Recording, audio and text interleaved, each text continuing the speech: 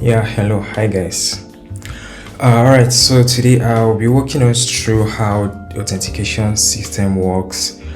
Say you want to build a backend solution, or you want to understand how authentication works under the hood in your backend as a service too.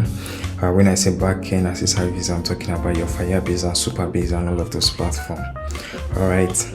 Alright, so let's say as a user I want to register on the platform. Yeah, so I'll provide my name, I'll provide my last name, first name.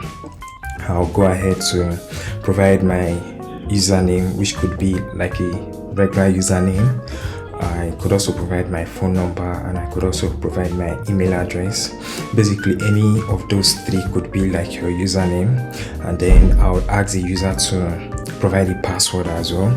Yeah, and then subsequently when they want to log in, all I need to do is to get the username and match it against the password to see if the match file lets the user have access to the platform. Yeah, so that's how like a regular authentication process works. All right, but here's where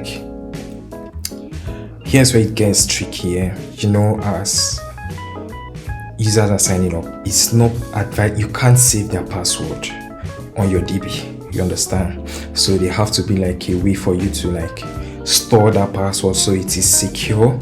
And if for whatever reason someone manages to like break into your database or your authentication database and all, they don't like get access to the user's password and all of that.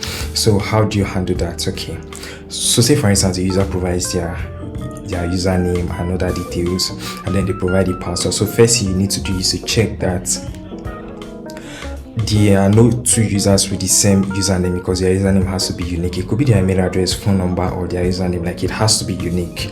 Yeah. So and then the password, you have to make sure that it meets your constraint. I think the front end handles that mostly. And then for you don't save the password as a string on your DB. So how you go about it is you encrypt it. Yeah, so you encrypt it and then save the encrypt data or the encrypt string, which could be base 64 string, and then you save it somewhere. Most likely you have to save it somewhere secure. In most cases they do save it like somewhere different from the regular database, and also it will be as secure as possible, because people having access to it will compromise your system and all of that. So you have to make sure that it is as secure as possible, and yeah, you save it. So what happens when the user tries to log in is you'd match the username.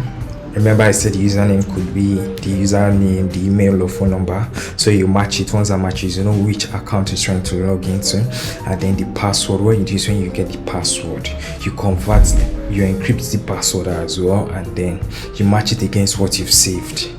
You understand? So get it, you encrypt the password that the user wants to authenticate to it, and then you match it against what the encrypted data you already saved. So if it matches, then the password is correct, then you can return the auth token for request, or however you want to manage authentication. Yeah, so that's basically how it works under the hood. It just basically matching encrypted data, since you can't save the password as a string. So yeah, that's it.